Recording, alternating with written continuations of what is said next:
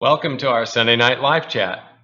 Every Sunday, we take a deep dive into learning how to live an optimal life, how to manifest your full human potential, where I try to answer all of your questions and maybe question all of your answers. So I really would appreciate if you chat in anytime this evening. That's the magic of the live chat. You get to come in with your questions, your comments, maybe even debate or disagree with what I have to say. I want to know what your interests are, what your concerns, what your opinion.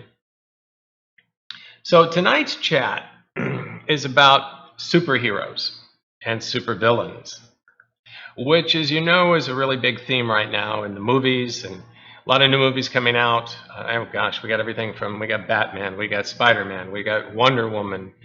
What else we got? I don't know. We got all sorts of stuff. We got a lot of superheroes. We got machines that are super. But it wasn't the movie trailers for these superhero movies that actually piqued my interest in this subject. And there was a little bit of an evolution here I want to share with you, an evolution of my thought process. And if you've been with me for a little while, you know that I get my ideas for these Sunday chats by either conversations or questions that I've gotten from friends or students, or actually something I've read or heard on the radio or watched. Last week we had a conversation about something I'd heard on the radio on NPR. So here was my train of thought. This is how it evolved. My wife and I were watching some Netflix documentaries lately, and we tend to watch a lot of things on food and healthy food and in the environment and this type of thing. And we were watching some of these documentaries just lately on how we make food choices and how some of our food choices and how food's produced. This sounds like a common theme, but how it's making people sick, how it's the cause of cancer, how it's the cause of diabetes and all these types of things, and how the role of agribusiness and the role of big pharmaceuticals and the role of government and how the FDA plays and this type of thing. That you get the drift. This was the theme here. How these large institutions, not just individuals, but these large institutions, were promoting unhealthy food production, therefore making our food choices unhealthy. And it seems like there's a lot of people wittingly or unwittingly causing us harm through disinformation or misinformation about food and nutrition. Everybody's trying to make a buck. Big pharmaceutical, like I said, big government, big business. Everybody's looking to make a buck. So I watch these things, and it's inevitable. I watch these things, and not necessarily a lot of new ideas or new themes, but it makes me pissed off. And I know it made my wife feel the same way. And we get this gut visceral feeling that something really wrong is happening. Okay, so I'm with millions of other people who watch these things. That's how they're designed. These movies are designed to make you feel that way. All right. So we watched this other movie just the other day, a couple nights ago, and it was a documentary about these large islands or gyres, as they call them, of plastic waste that are haunting, polluting the oceans. And I guess there's 3 major places in the world, 3 major islands of trash. They're the size of some states in America, and they're floating out there in the ocean. And they're created by this coagulation, a clot of thrown away plastic, mostly plastic that people have thrown away, bottles and those 6-pack rings and all that other kind of plastic bags. They throw away plastic bags, single-use bags. I mean, and I'm going on about these documentaries because there's a purpose here. I'm going somewhere with this. So I'm watching this, and they're showing these seabirds. You look at this pristine ocean, and then you see, and they skim the top of this ocean that looks beautiful, and then this sieve is full of plastic pieces. It's crazy. They have dead birds on the beach, and they dissect them, and they're pulling out handfuls of plastic out of their carcasses. And I've read about this before, and I've watched other documentaries. But this particular one, for some reason, affected me. It kind of tripped a wire. I guess I got to that critical point of watching enough of this stuff. It kind of flipped a switch in me.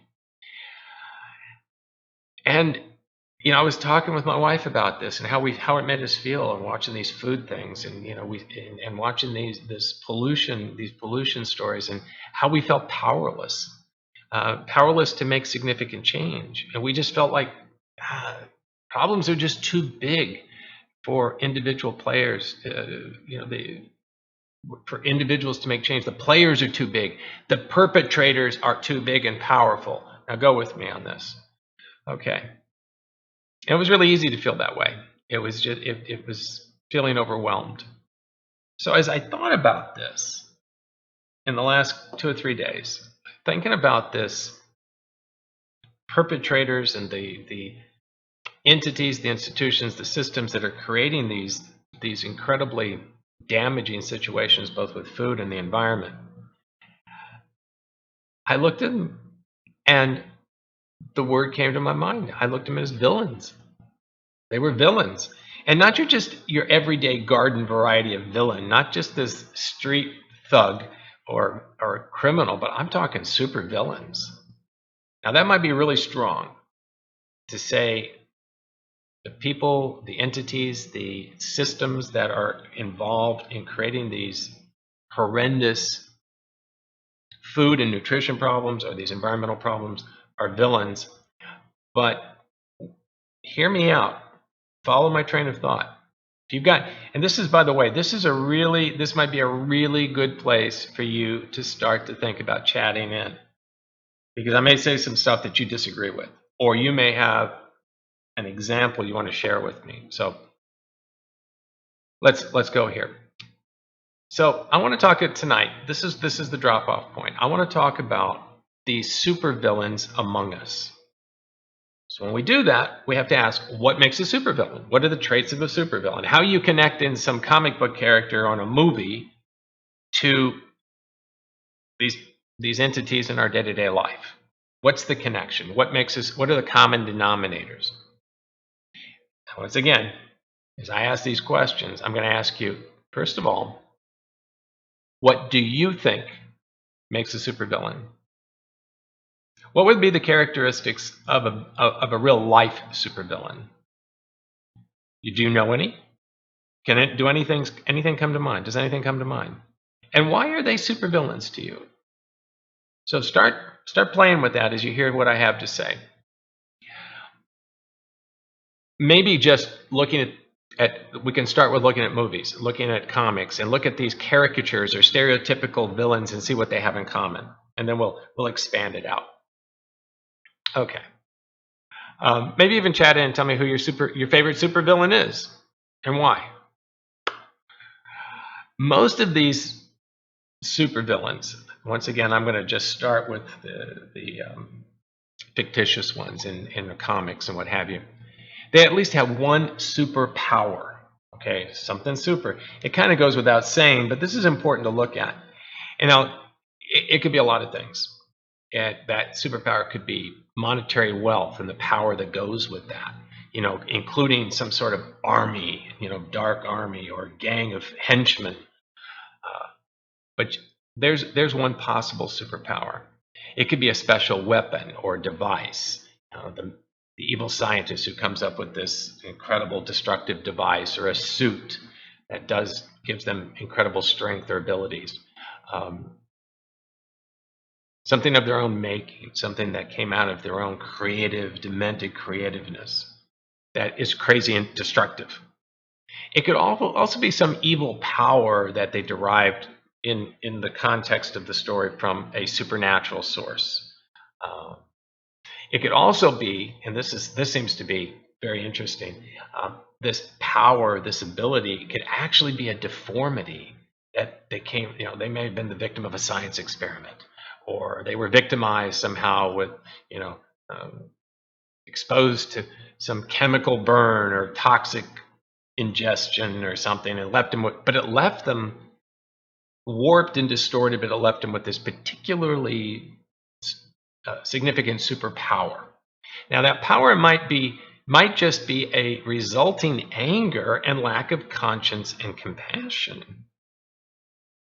I think of I can think of this is not a superhero, but I can think of a villain in a story, and I think of Last of the Mohicans, and I don't know if this is resonating with the audience tonight, but the the Native American character of Magua was his family had been killed by the British, and it had distorted and warped his sense of proportion, and he had become a villain because of it, and it gave him this charismatic power, this one focus, single-mindedness for revenge that attracted people. So it was sort of a superpower for him.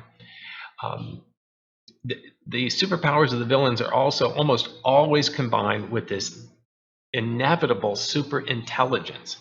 We don't usually have an effective supervillain who's not real bright. It's usually a super intelligence of a sort, a super intellectual intelligence. As distorted as its application may be, the villain usually has that in their pocket. The evil genius, the evil scientist, the mad scientist. I think of the Joker, even from Batman.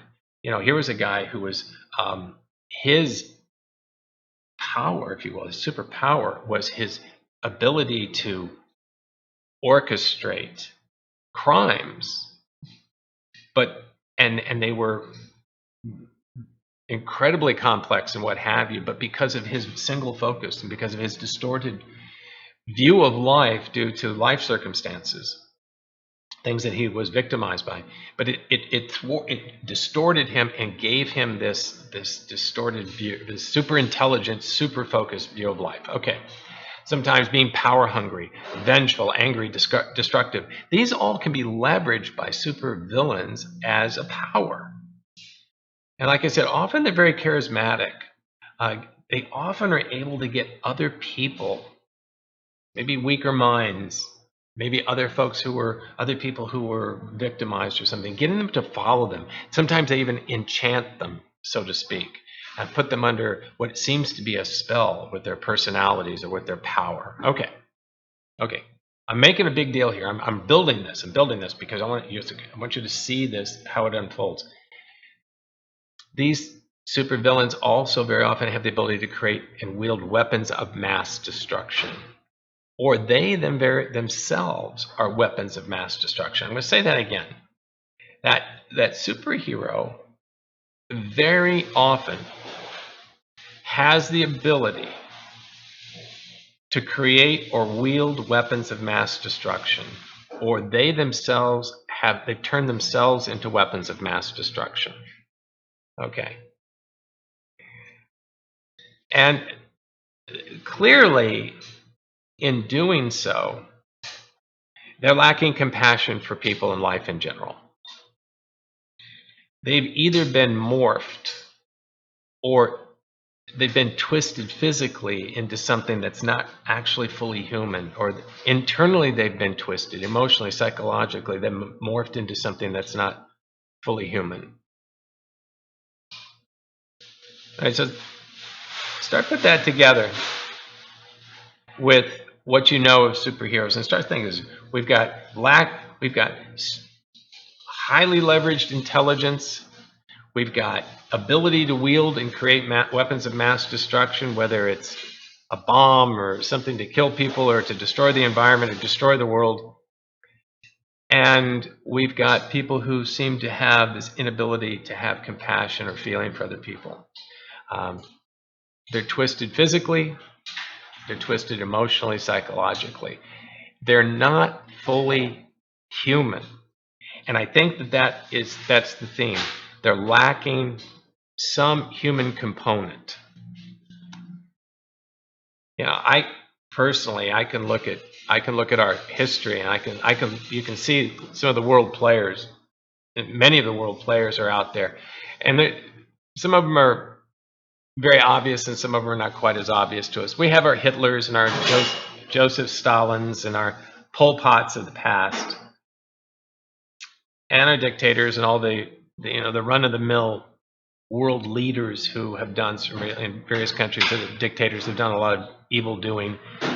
But we also have those villains who live in the shadows or behind the masks and facades that we don't see. Now, I want to tell you, this is not a conspiracy theory I'm talking about here.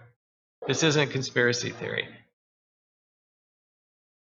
But these villainous traits, okay, are found not only in individuals, but they seem to manifest most readily in systems and institutions. I think evil, if we want to use that word, can hide most effectively in a system, in an institution. It can be a government, it can be a company, it can be a religious organization, and so on. And we've seen this. Ultimately, though, these entities, these organizations, institutions, are created by people, individuals, one at a time, and they reflect an individual and a collective thinking in a certain very unbalanced paradigm. So what I'm doing here, just to draw you back into this, especially if you just came in, we're talking about superheroes and supervillains, and I was starting to describe what a supervillain, looking at the cartoon or the movie version of a supervillain, the caricature, the stereotype, and looking at some of the traits of those, and starting to make some connections in our day-to-day world of real life villains. Villains in our real world show up as individuals, as we talked about just a second ago. They could be your Hitlers or Stalins or Pol Pot or whatever dictators that we've known come and go. But they also, those villains may manifest as institutions, as organizations, as governments, as companies, as religious organizations even. But ultimately, they are created by individuals. And they're created by individuals that reflect a collective individual thinking, a certain paradigm. And this is really what I want to get to. The villains in our fiction and the villains in our real life mirror each other. And this is why I think this is why we resonate with these superhero movies and stories so much, is because we see our world sort of in a caricature in these movies. Now, tonight we're going to focus primarily on the supervillain. Next week, we're going to talk a little bit about the superhero, but tonight we're probably going to spend a bit of our time on the villain. I'll talk at the end a little bit about what makes a superhero. Okay, so let me start to tie all these loose ends together. So we go back to these Netflix videos that I watched about the food industry and the pollution in the oceans. What do they have to do with villainous behavior? That's the question. That's the real question. Doug, how are you connecting the dots here, right? Okay. I think that the behavior we see in relation to whether it's the big pharmaceutical companies, whether it's governments, whether it's other companies, organizations, the behavior we see that's creating this pain and suffering in our environment, in our health, I see it as villainous. Call it as villainous. And it's a result of an imbalanced perspective. That imbalanced perspective, the world of life, of being human, starts at the individual personal level, because that's where we have to start working on it to correct it. Okay. When one or more persons are able to find others with the same imbalanced view, or to recruit other people to that view, we get the beginnings of villainous institutions and eventually a shared mass consciousness. That's where we are. We have this shared mass consciousness of things that are just out of control. They're not right. They're damaging. They're causing harm. And it becomes a collective attitude. And they seem almost impossible to break. But because they are so widely shared as mass consciousness, the way we're programmed to think, they no longer look like evil, and they're really hard to resist. So I think when we have these movies and we have these exposés, the first thing is that we see them for what they are. We see them as evil, and we start to understand, oh, I say evil, You know, when I talk evil, I'm not talking about some external evil forces, satanic forces here. I'm talking about villainous here. I'm talking about imbalance. And I'm going to explain very specifically in a few moments what I mean by that. I recognize that in these videos, in what these videos were talking about, generations of disinformation about nutrition and pollution. We have generations of disinformation. This isn't one or two people. This is a concerted, planned effort that was built on a paradigm. It's not just the result of ignorance. Ignorance may have a play here. It's not just based on, oh, we didn't know. We didn't know that that was harmful. We didn't know that that was going to result. Evidence is mounting and shows that no. More often than not, these corporations, governments, these entities, institutions did know and kept moving forward for the sake of profit, greed, and power. That's villainous behavior. That's your comic book villain. Tell me I'm wrong. Chat in. Throw something at me. Give me an example. Tell me I'm right. You know, the excuse of many of the Nazi war criminals was either A, oh, I didn't know that was going on, or B, I was just following orders. I watch these videos about people, these whether it's listening to the FDA give testimony or some of these other folks, and I hear the same kind of things. This is villainous behavior. These guys are right out of comic books. I say guys generically. It's men and women. So where does this perspective, where does this paradigm come from? What is driving this? How is it how does that even happen? What garden does this grow in, and how is that nourished? Who's watering that garden? So in order to answer where does that imbalanced perspective come from? I think to answer it, I need to explain my overall perspective on the nature of the human condition. And this is a discussion that we've had before, but I think this is a great time to come back to this and understand it, because the thing about ideas that are anchored in truth or in reality, you can always bring things back to them, bring these large ideas back to them and say, yep, this works right here. This perspective works to explain this. And this perspective I'm going to discuss with you now is this idea of the nature of the human condition, and the idea that we're, as individual humans, we're comprised of two levels of awareness, those two selves of ourselves, if you will. The first we understand as being the ego self. And these are words I've used, but others have used, and you're probably very familiar, whether you've visited some of the things here on this channel. There's a lot of videos I have on this channel about the ego self and the authentic self, the 4-step path. I invite you after this chat, go shopping, go look at the channel, search some of the videos, watch them, and you'll get some further background on what I'm going to say right now. So the first component of ourselves is this ego self. And the ego self is basically the body, the mind, the emotions.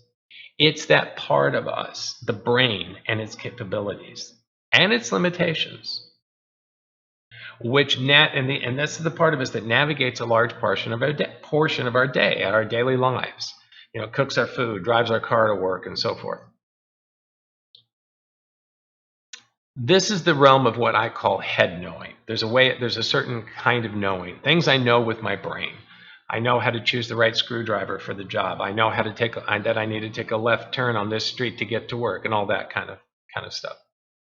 But our mind and our emotions, the ego self, the body, this is also the part of us which is consistently and constantly in flux. It's always changing. It's not stable.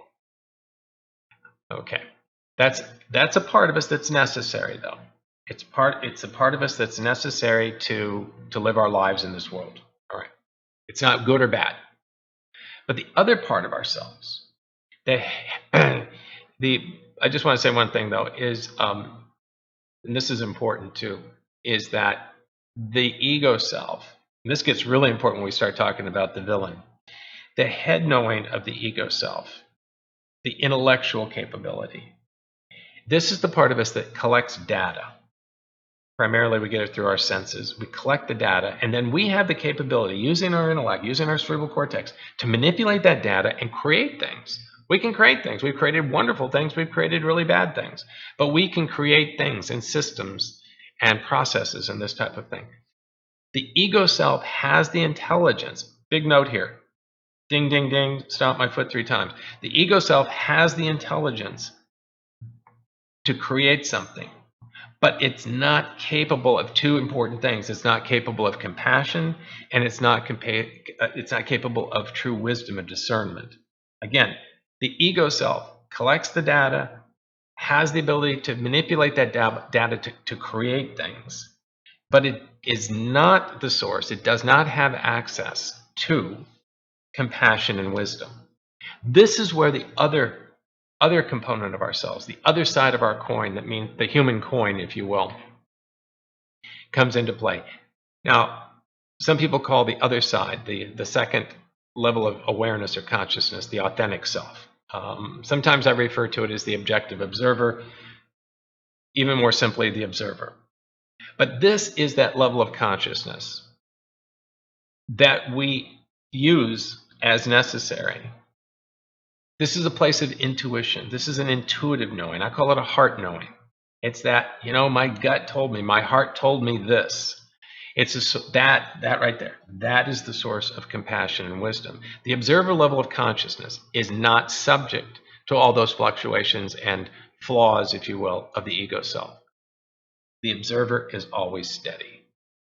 Okay, so we've got these 2 components. So we're going to connect this now to how does the villain evolve? How does a villain evolve when we have this understanding of the human, the real life villains now? How does a real life villain evolve out of this? So as humans, we have sort of a dual life. We use the ego self to navigate much of the details of our day-to-day living. Then we shift our awareness to the objective observer to leverage compassion and wisdom to our decision making. It's kind of like shifting gears in a car, if you have this experience. In a standard shift, the old shift, the old gear shift, which I loved. I don't have one now, but I had the last 3 cars before mine that I had. My Jeep right now, I had standard shift. At first, learning to shift those gears is clunky and awkward, just like learning to shift from the ego awareness to the authentic self or the observer awareness. Sometimes it's a little, how do I shift perspective?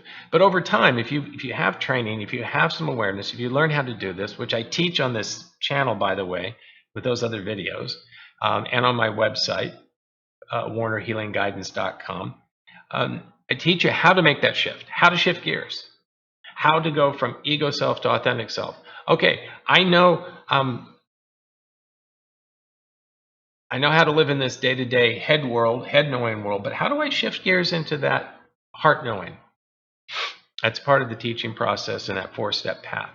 Over time, you learn to shift those gears smoothly. As you learn to read the car and the road, you know when to shift. And you know how to shift smoothly. It becomes second nature.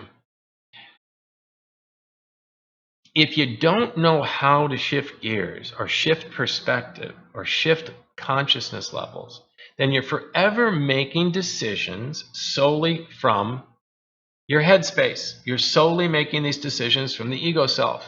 And the ego self is not stable. It's always in flux. One day I'm angry, one day I'm not. Another day I'm sad, the next day I'm elated. This is the human condition of the mind and the emotions. Okay, that's not the world of the observer. Okay, so if it's the mind that has the data and intelligence to create, say, a weapon of mass destruction. Now you're starting to see, I'm bringing in these villains. The mind, the intellect, is that part of us that collects the data, manipulates the data, creates stuff. And let's say in the mind, and we know we've created many weapons of mass destruction. The mind creates a weapon of mass destruction.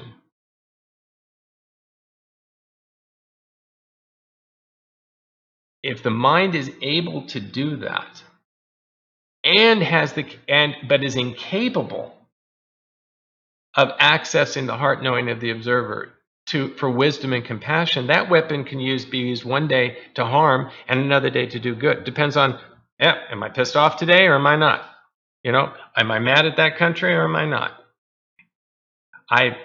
The same mind that created it cannot always be the same mind that determines whether it's appropriate to use it or how to use it. This is what I'm getting at. This is why we have these two levels of consciousness.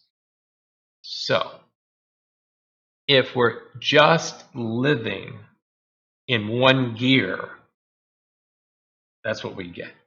We get a mind that creates these things and a mind that doesn't know how to leverage them appropriately, compassionately, wisely.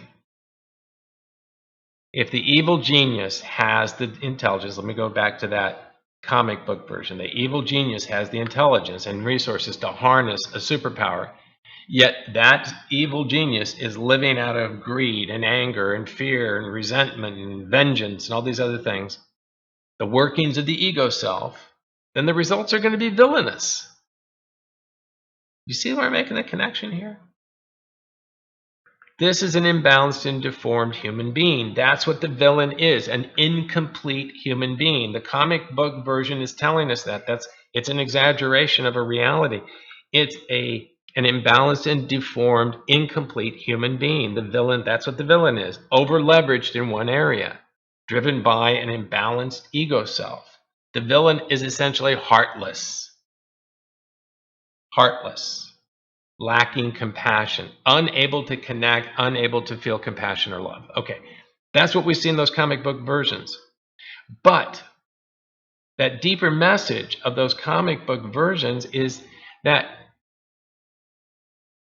the villain is living from a head knowing while the hero, okay, the hero, I'm going to throw the hero in for just a second, just to juxtaposition it. The hero, this is the deeper version. The villain is living out of the head knowing, imbalanced, not a complete human.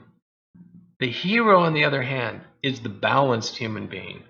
Yeah, they have emotions and thoughts and intellect and imbalances, but the hero is capable of connecting and working out of the observer, the authentic self. More often than not, has the ability to shift gears. And the hero saves the day more often than not through all sorts of plot twists, through compassion, through that wisdom, through that heart knowing. Okay, so let's take that template or that framework, and let's see how that addresses what's going on in our culture. So here's the problem. Our culture, like the villain, has overdeveloped the head knowing capabilities, has over-leveraged our resources to head knowing. The intellectual capabilities, the abilities of the cerebral cortex, the abilities of the brain, leaving the creation of things and the decision making on how to use them all to the head, to that fluctuating part of ourselves. Either vaguely recognizing and then disavowing the intuitive side, the heart knowing, or completely not acknowledging it exists at all. The basis of our education, the basis of our enculturation, and tell me if I'm wrong, folks. Chat in and tell me if I'm wrong. And hey, pat me on the back and tell me if I'm right. I'm good with that too. The basis of our enculturation and the basis of our education is about intellectual capability. It's not about developing that ability to shift gears into the heart knowing. It's not about giving efficacy, giving credence to how do we access compassion, how do we access wisdom. We can learn to make all these things. We can engineer the hell out of life. But do we know how to make a decision if it's ethical? Do we know how to make a decision? Is it the wise thing? Is it the most compassionate decision to make? We're not being taught that. We're not teaching our kids that. We've left off this incredibly significant part of our human development. learning to connect with and work out of that authentic self or observer. So why would our education system be that way? Well, I mean, if you want to take, it's possible. Is it possible that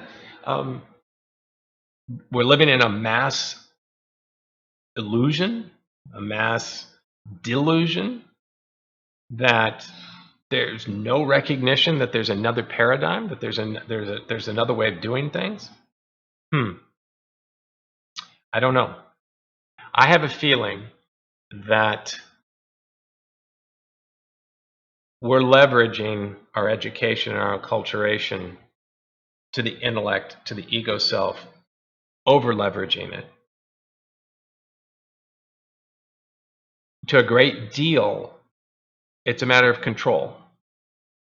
I taught school for a while. I taught 5th grade and middle school for a few years, and quite honestly, I think I applaud our teachers. I think our teachers are amazing, but I think our cultural view of education has a lot to be desired, leaves a lot to be desired. I think we're training, we're not educating. We're over leveraging sciences and math and all these things, which are very important to manipulate our physical world, but we're not training, we're not teaching our children, we're not teaching our adults how to be complete human beings, because they become then self-directed. If you access both parts of yourself freely, you're self-directed, you're independent, you're free. If you're leveraging only one part of yourself, the intellect, you're easily duped, easily manipulated by institutions, by rhetoric, by governments. You're left disconnected. This is the hallmark of that imbalanced person. We're disconnected from ourselves. We're disconnected from the other half of ourselves. We're disconnected from each other. If I'm completely giving credence to my intellect and my emotions and not my source of wisdom and compassion, I'll believe anything I hear in the news. I'll be willing to go to war against people I've never met before, just because somebody else tells me that that's the enemy. I'll believe anything that's being thrown at me, because that's how I've been trained. I haven't been trained in this culture to step back and drop into my own awareness of that other human part of me, the other half of my humanity, to really perceive for myself what the truth is. We're disconnected from life. That's part of the control here. And again, this is not a conspiracy theory. History proves me out. I'm a history major. I have a little perspective here. We've developed a paradigm of lack, because when we live in the head, all we see is we don't have enough. There's a paradigm of lack, constant fear of not having enough, which then results in just what we feared. There won't be enough, because we create the chaos that we fear. This has led us, this lack of connection, this lack of connecting to compassion and connectedness to everything else, this has led us, this systemic villainous, if you will, paradigm has led us to look at the living world as an it and not a thou, as Joseph Campbell liked to express, the mythologist. You may hesitate to cut down a forest of thous, and you understand what I mean by thou, a thou coming from the biblical thing, something that's sacred. You may hesitate to cut down a forest of thous, but cutting down an entire forest of its, that's no sweat. Killing a thou in combat would be unheard of.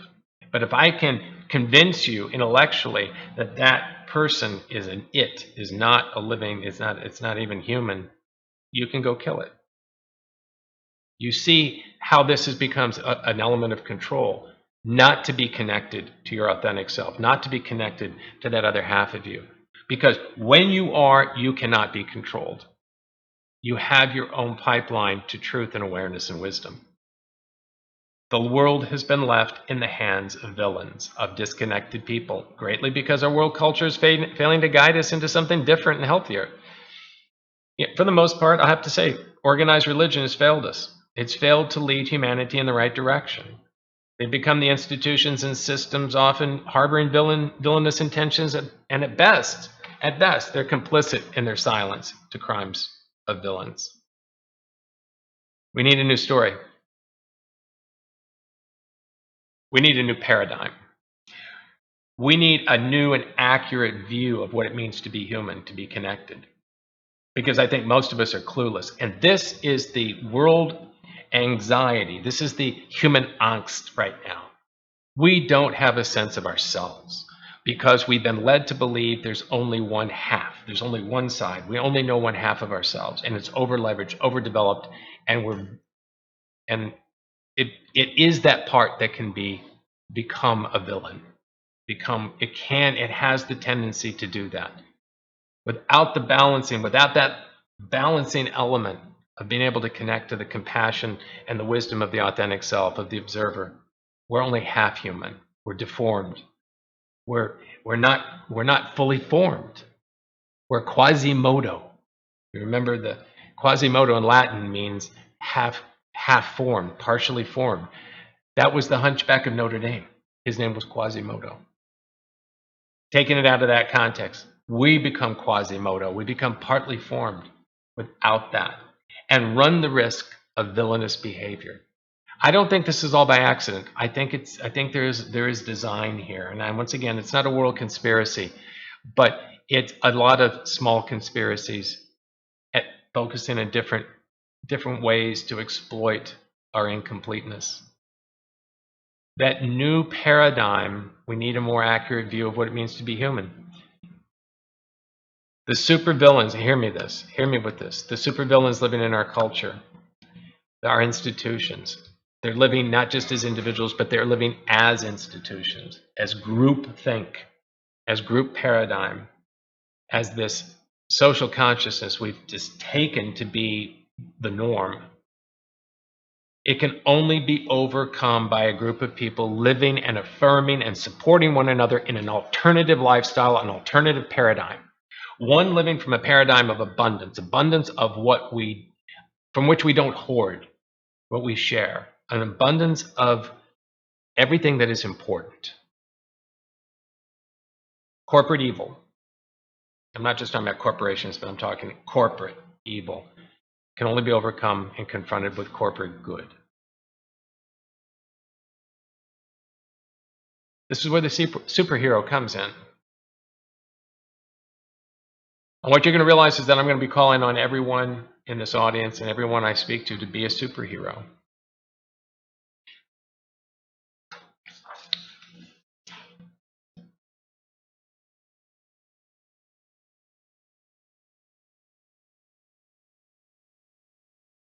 The hero leads a life not solely by the head knowing. What makes the hero is being a complete human. What does that mean, to be a complete human? To be able to be in the world but not of the world. Not knowing when the head knowing is appropriate, knowing when to shift gears eloquently and shift into that balanced access of heart knowing. That is the hero. Is this good? Okay. This is the hero, the complete human. That's what makes the complete human. That's the difference between the hero and the villain. The hero's decisions ultimately come from a place of compassion and wisdom. Now, you just look at these stories. Think back on whatever the last superhero story you read, or maybe even you're more prone to mythology because these are the same kind of themes. The real superpower. Yeah, the hero may have a shield, or the hero may have bracelets that click, or they do some crazy stuff, or a cape, or special shoes, or I don't know what. Doesn't matter. Ultimately, the superpower of the hero is one thing, And every single person in this audience, every single person is capable of being a superhero because you have this access to this one superpower, and that is this. That is compassion. Compassion. It's what makes us human. It is our superpower. It is the one thing that we can use to combat institutional evil, institutional villainy. It's to see the worth and the connectedness of every living thing, and to say no to that exploitation, to say no to harming unnecessarily in any way ourselves first, and then others, and then all life. But we can't do that if we're half developed, if we're Quasimodo. We can't. We have to learn to become human and complete. We need a process to do that. And because our culture is not going to give it to us, but when you do that, you are free. You will not be able to be controlled or duped. Now, the hero can slip. Hero ceases to be heroic when they slip from this perspective and start acting like the villain. You know, you see this in these stories. The hero can have a momentary lapse. They may get full of themselves and cocky or arrogant, and they don't follow the rules. There's usually some rules going around with their superpowers, right? If they don't follow the rules, they lose access to their superpowers. I mean, I know this is an old one. This is old school. Think back on Bible school, people, or whatever you learn. But I think it's Samson. Samson had this incredible strength. Where was it? It was in his hair. It was a superpower. Well, he didn't follow the rules. He screwed up. And what happened? He got his hair cut. Somebody cut his hair. It was Delilah cuts his hair. He loses his superpowers. That was a metaphor. It was a metaphor for losing his perspective, losing his connection to that wisdom and to that compassion. And he got his hair cut, temporarily lost his superpowers, regained his perspective, his hair grew back, and he got it all back.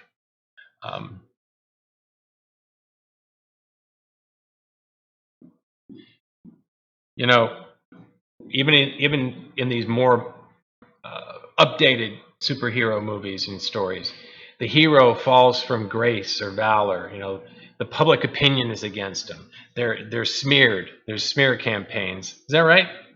You know, I think of Batman. You know, he's portrayed. Public opinion is against him. He's made to look like the ultimate villain, or disinformation, fake news. Oh, fake news. Our heroes in these stories are subject to fake news sometimes.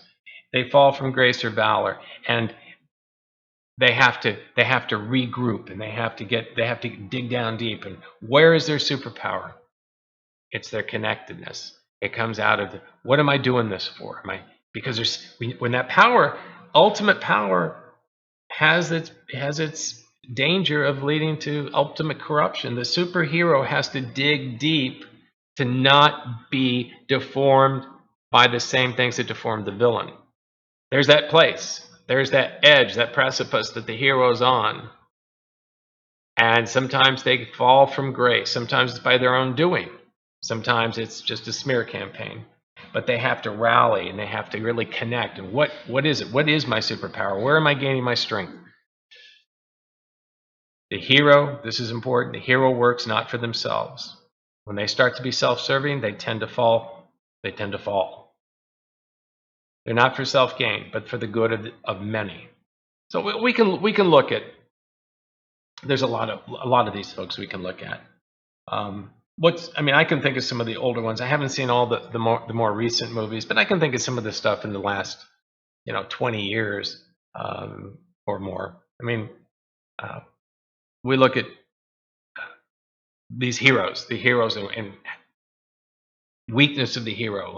Look at Star Wars or Lord of the Rings. Or have you seen any? Rob, have you seen any of these recent ones? Not the real recent. No, but the hero goes out and they're given some sort of edge. some sort of what's a ring or a sword or a connection to something and to the force. But they're challenged. Their motives are challenged. It's so easy to get recruited to go to the dark side. I mean, come on, Star Wars, folks. That's very relevant. That's still out there in the theaters in all its iterations. That just go to the dark side. It's so easy.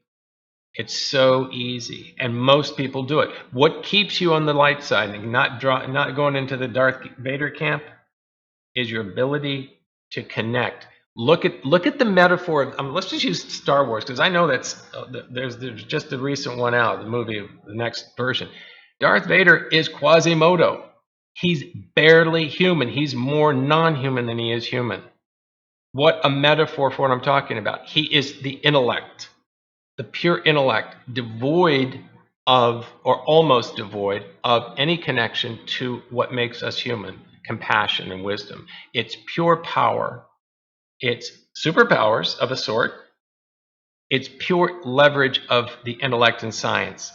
Whereas to be, and he's twisted, and he's gone to that, what they call the dark side in this show. I'm calling it over leverage into the ego self. Same thing, same thing. Now, here comes Luke Skywalker and all these other Jedis who are balanced human beings. And what makes them balanced is because they have connected with the real authentic power of the intuitive side, they call, the light side of the Force, if you will. And I know I'm starting to talk like I'm geeking out here on Star Wars, but I'm trying to connect this to some of these stories that are out there, because the stories are reflecting this truth. And they're motivated by something different. They're motivated by the heart, by compassion, by wisdom. They're not motivated by the intellect. They're completely human. Darth Vader is more intellect, more machine than he is man. So this is what it's telling us, is we have to, what does it mean to be a complete and balanced human being? We have to navigate both sides of ourselves, both sides of the coin. We need a balanced ego self, and we need full gear shifting capability to drop into the right gear to access the authentic self. Now, so what happens is we have a culture that doesn't do that. It doesn't train us to do that. It doesn't teach us to do that. It doesn't even acknowledge it as a culture, as an education, as even doesn't acknowledge it as a reality. And certainly does not incorporate it into our growing, our training as humans, as citizens in any country that I'm aware of. This is a corporate delusion. I say this is one of the reasons that some of the most controlled populations in this world are the Aboriginal folks, the First Nation people, not only of America, but of the world. Because as politically and economically and clearly, kind of militarily, there is no military power.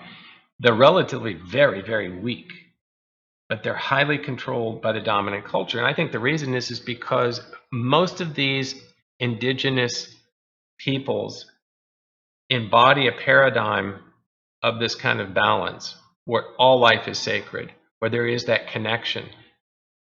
Our religions are hierarchical. Our religions right now are reflecting simply the paradigm of our culture. They're not reflecting, the religions as they're being put out to the masses are not reflecting this connectedness. They're reflecting a hierarchical status. But these indigenous cultures have a paradigm of connectedness that, if accepted, if allowed to grow, people, I think, would start to go, aha, that seems really, that's on point, and would start to undermine the dominant culture. Anyway, that's a theory. I think it plays out true. So, just to recap, if you came in at the last minute, let me see, I may have a comment here.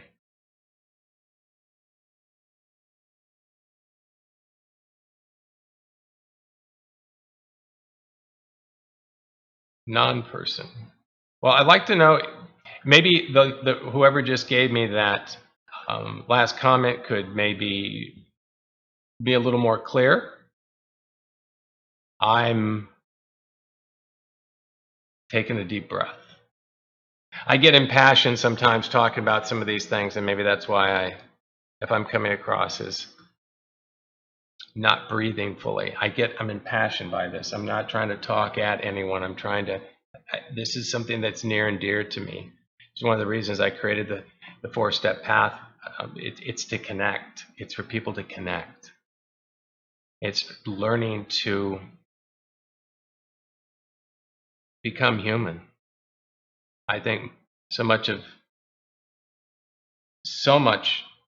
the pain and suffering, so much of the emotional pain and suffering is that we've lost our connection to ourselves, or if we ever had it, and to each other. I think this is ultimately the source of constant stress. So, throw some ideas out to you tonight. Villains.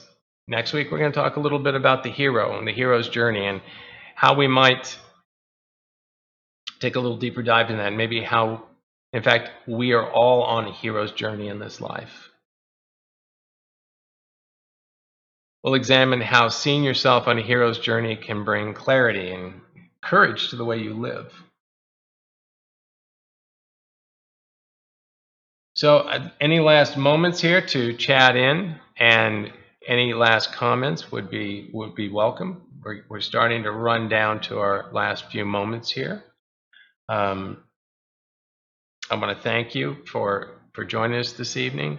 I kind of felt like I might have been up on my soapbox tonight, but I kind of get that way sometimes when I feel strongly about something.